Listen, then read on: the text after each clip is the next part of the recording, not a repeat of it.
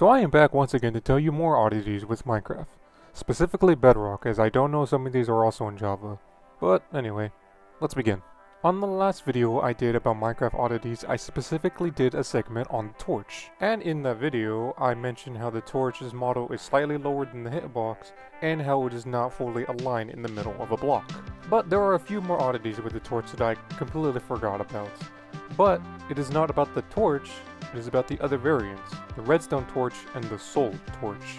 Here in this video you can see how both the redstone torch and the soul torch is not really modeled correctly, as their model, like the face of it, goes slightly longer than the hitbox.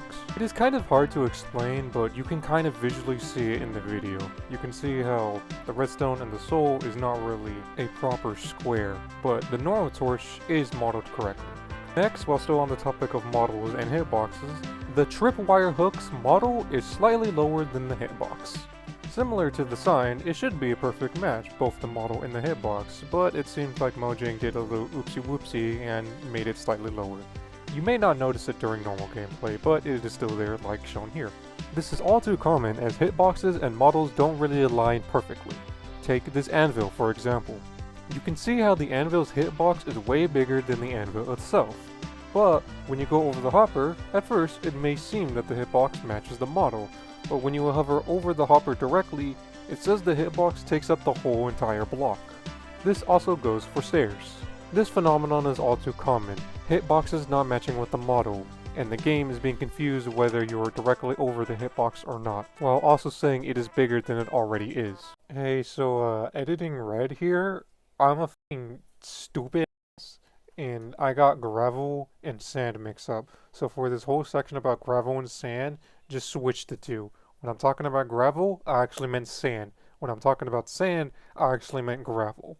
So yeah, I'm sorry. This next oddity is going to be specifically about gravel. Now, once again, in my last video, I stated how some blocks will always be permanently facing north. And one of these blocks is actually gravel. But not gravel the block itself, more of gravel the entity. And for those who don't know, falling blocks is classified as entities. But anyways, here you can see how right after I place the block and when it begins to turn into an entity and falls, it turns to face the north. This only goes for gravel however, not sand or any other block that can fall. As I have tested this, all other blocks proceed to face the same way, even after turning to an entity and falling. But moving on to the next oddity, this one is about the menus when interacting with blocks. As shown here, if you stand about 6 blocks away from anything you can interact with or has a menu, and you interact with it, it will just straight up kick you out of the menu, despite being close enough to actually pull out the menu. This goes for anything that has a menu you can pull up. So chest, smithing tables, crafting tables, choreography tables, barrels, enchanting tables, and furnaces. This is also a survival thing, not a creative exclusive issue. As some of you may know, creative allows you to interact blocks further away. Next up, this oddity is about changing your perspective, or the F5 key if you will. Now, as shown here, you can see how I'm in a completely closed off environment. You cannot see the outside, or the sun for that matter. And even if it begins to rain, you cannot see the rain particles enter the room because the roof is there. However, if it is raining and you're indoors and keep on changing your perspective, you can see the rain enter in the room, despite there is no clear way for rain to actually enter in the room. This is actually a console exclusive issue, as this does not happen on PC. But moving on to the next oddity that is both a console and PC issue, this one is about glass, specifically tinted glass and the lighting with it. Now for those who don't know, tinted glass is a unique block, as unlike all the other transparent blocks in the game, it doesn't let light go through it. This makes it the first block to be both see-through and that blocks lighting. This is especially useful for mob farms, as now you can actually see the mobs without letting light in, which would lower the effectiveness of the farm. But the thing is, it still lets lighting through, but only visually of course. Now in the settings, you can either turn on or off smooth lighting. If you have it off, it will make lighting a bit more blocky, and you can see the correct light level more directly. If you have it on, it will make lighting more smoothly, and will be much more visually appealing to look at.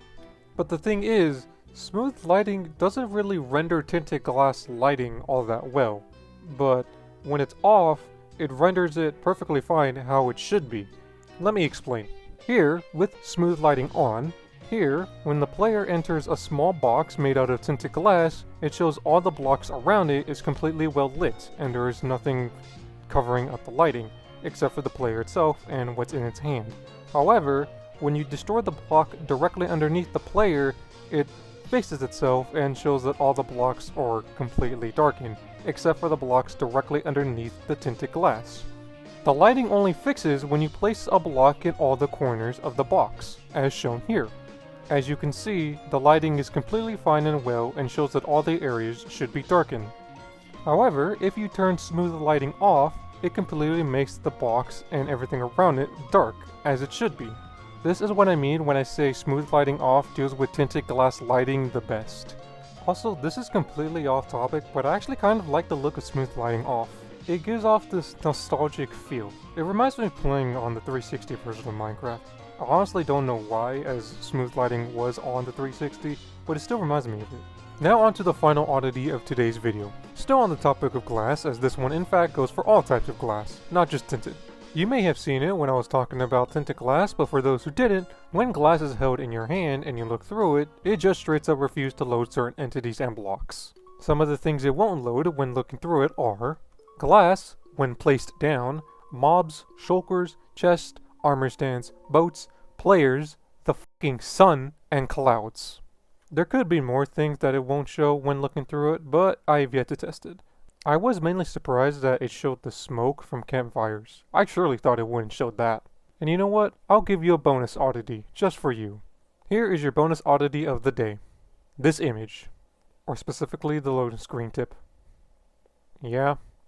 This is official, by the way. This isn't edited. You can see this when loading into worlds. Fucking hate diorite. If you liked the video, maybe leave a like. If you didn't, maybe leave a dislike. Subscribe too while you're in the process of liking/disliking. Maybe leave a comment too with your own oddities, or I shared misinformation in my massive fuck up. Either way, hope you have a great rest of your day.